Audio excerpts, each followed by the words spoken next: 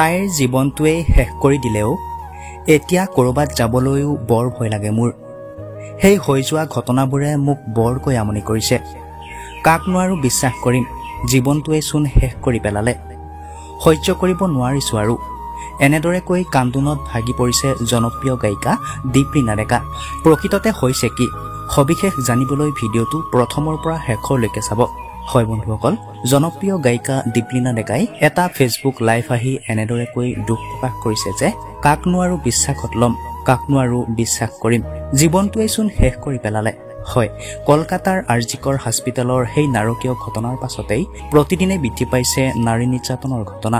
ধিঙৰ এগৰাকী 10ম শ্ৰেণীৰ ছাত্ৰীক ধৰ্ষণ কৰাৰ ঘটনাক লৈ দীপলিনা ডেকাই ফেচবুকৰ জৰিয়তে দুখ প্ৰকাশ কৰি এনেদৰে কৈছে। শিল্পীগৰাকীয়েনো আৰু কি কৈছিল, প্ৰথমেই আপোনালোকক দেখুৱাই ল'ব বিচাৰিছো।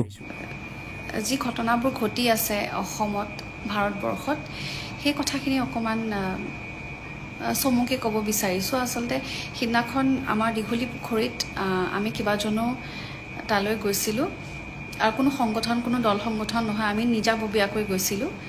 আমাৰ কেইগৰাকীমান আমি ফ্ৰেণ্ডছ, বন্ধু বান্ধৱী আমি মিলি পেলাই আমি গৈছিলোঁ। আৰু তেতিয়া মোৰ ক'বলগীয়া কথাখিনি মই তাত কৈছিলোঁ, এই ঘটনাখিনি কথা। আৰু আজি পুৱা যিটো খবৰ পালোঁ ধিঙৰ বিষয়ে, সেইটো শুনি ভাল লাগিছে, ন' ডাউট, সেইটো শুনি খুবেই ভাল লাগিছে। কিন্তু মই ভাবোঁ যে আজি কোনোবা এগৰাকী ধৰ্ষণ হ'ব, কাইলৈ আকৌ শাস্তি পাব, আমাৰ ভাল লাগে। This is a cycle. এই চাইকেলটো বহুত বছৰ ধৰি চলি আছে, আৰু দেৰ ইজ ন' ফুল ষ্টপ, মানে একো নাই, এই চাইকেলটো চলি আছে। গতিকে এই কথাখিনি খুব ডিষ্টাৰ্ব কৰি আছিলে কালিৰ পৰা। কালি মই ট্ৰেইনত আহিছোঁ ৰাতি, এতিয়া মই ডিব্ৰুগড়ত আছোঁ বৰ্তমান। মোৰ এতিয়া অনুষ্ঠান আছে কানৈ মহাবিদ্যালয়ত। যিহেতু অকণমান সময় আছিলে, গতিকে মই ভাবিলোঁ যে অকণমান লাইভ আহি পিনে কথা দুটামান পাতোঁ। আৰু সেই বিষয়ে বহুত ডিষ্টাৰ্ব হৈ আছিলোঁ যে একচুৱেলি প্ৰব্লেমটো ক'ত হৈছে, হোৱাটছ ৰং উইথ পিপল। মানে কোনো সাৰি নাযায়, আৰু বহুতে বহুত কথা কয়, চুটি কাপোৰ, বয়সৰ কথা কয়, কিন্তু এইবিলাক কথা আচলতে একদম বেছলেছ, কোনো লজিক নাই। আৰু এই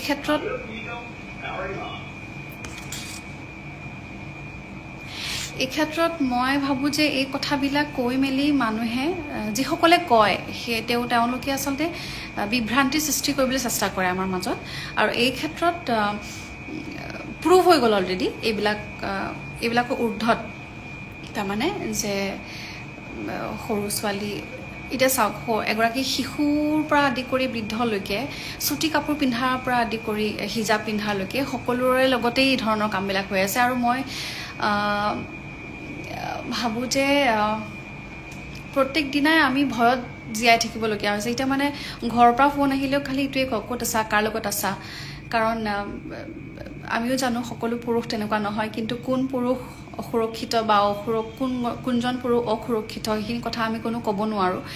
আৰু যিমান কেছেছ দেখিছোঁ, যিমান ঘটনা দেখিছোঁ, প্ৰায়ভাগ কথাত এটা কথাই অনুভৱ কৰোঁ যে নিজৰ লগত কানেকশ্যন থকা মানুহৰ মাজত বেছিয়ে হৈ আছে এই ধৰণৰ ঘটনাবিলাক। গতিকে কেলকাতা হওক, দিল্লী হওক, অসম হওক বা য'তেই হওক, এই ঘটনাবিলাক কমিব লাগে। আৰু এই শাস্তি পাইছে, ভাল লাগিছে বাৰু, আমাৰ সকলোৰে ভাল লাগিছে শাস্তি পোৱাই, মানে আজি ৰাতিপুৱাৰ যি ঘটনা হ'ল ভাল লাগিছে। কিন্তু সেইটোৱে শেষ নহয়। মই ক'ব বিচাৰিছোঁ এইটো যে এগৰাকী বৰ এটা বেয়া কমেণ্ট কৰিছে, এই মানুহজনো কিন্তু ধৰ্ষণকাৰীৰ নিচিনাই কাম কৰিছে। দ্য ৰেবিট X0.2 কি কাৰণে ধৰণৰ কথাবিলাক লিখে বাৰু? এই যে ডিজিটেলি যে আমাক কিবা কিবি লিখে, সেই বস্তুবিলাকো কিন্তু ওৱান কাইণ্ড অফ abuse।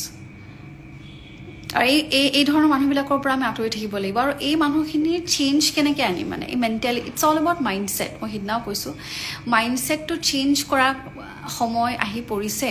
আৰু ইমান বছৰৰ স্বাধীনতাৰ পিছতো আজি আমি ভয় খাই থাকোঁ, ক'ত ৰাতি অকলে যাবলৈ ভয় লাগে, স্কুল কলেজত অকলে যাব ভয় লাগে, আমি অনুষ্ঠান কৰিবলৈ অকলে যাবলৈ ভয় লাগে, মানে অনবৰত ভয়তেই জীয়াই থাকিম নেকি?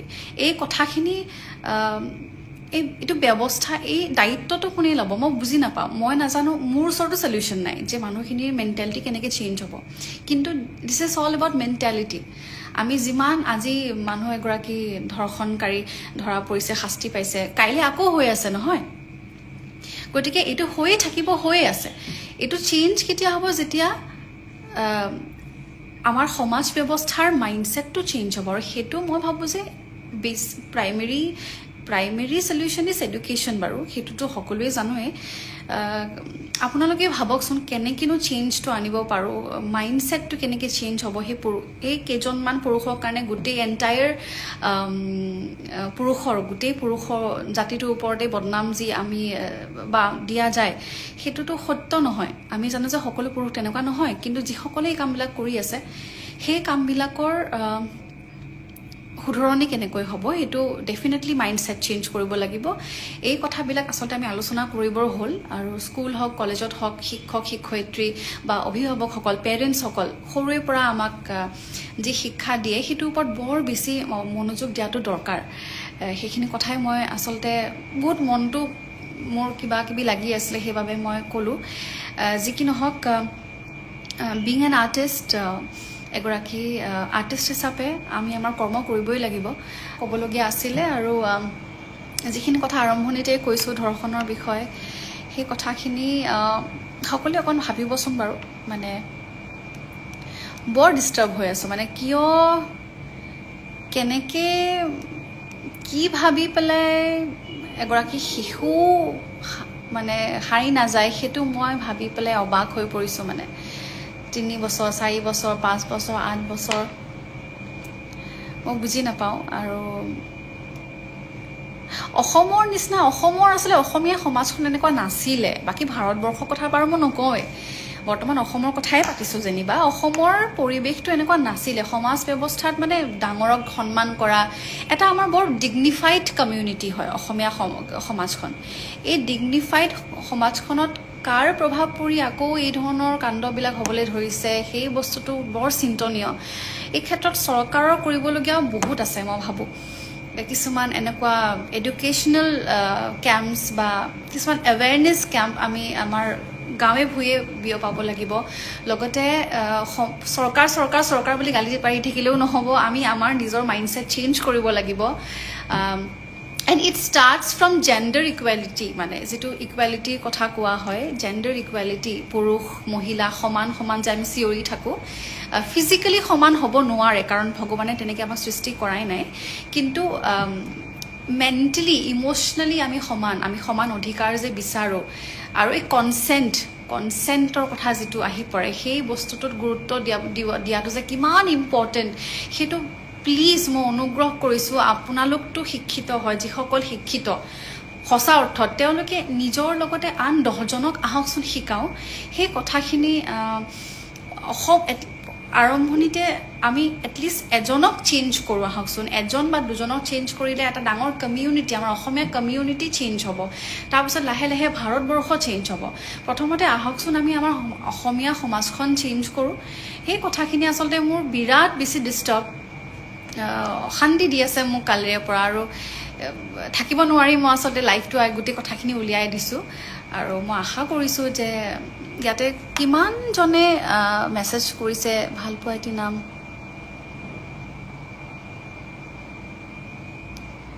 সাধাৰণ ৱুমেনৰ জেগাত অভদ্ৰ ৰিলছ বনোৱা সকলৰ ৰেপ হ'ব লাগে এইটো কেনেকুৱা ধৰণৰ কথা ক'লে বাৰু আপুনি ইটছ নিবিৰ হিয়াৰ এইটো কেনেকুৱা কথা ক'লে কেনেকৈ ক'ব পাৰে আপোনালোকে এইবোৰ কথা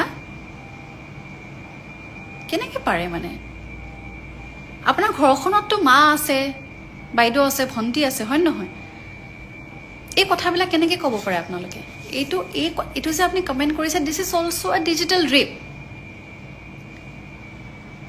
ৰেপ কালচাৰটোৱে বন্ধ হ'ব লাগে ইয়াতে কাৰ ৰেপ হ'ব লাগে কাৰ হ'ব নালাগে এইটো কোৱাটোৱে অনুচিত সেই কথাটোকে কৈ আছোঁ মই দিছ ইজ ডিছকাষ্টিং দেই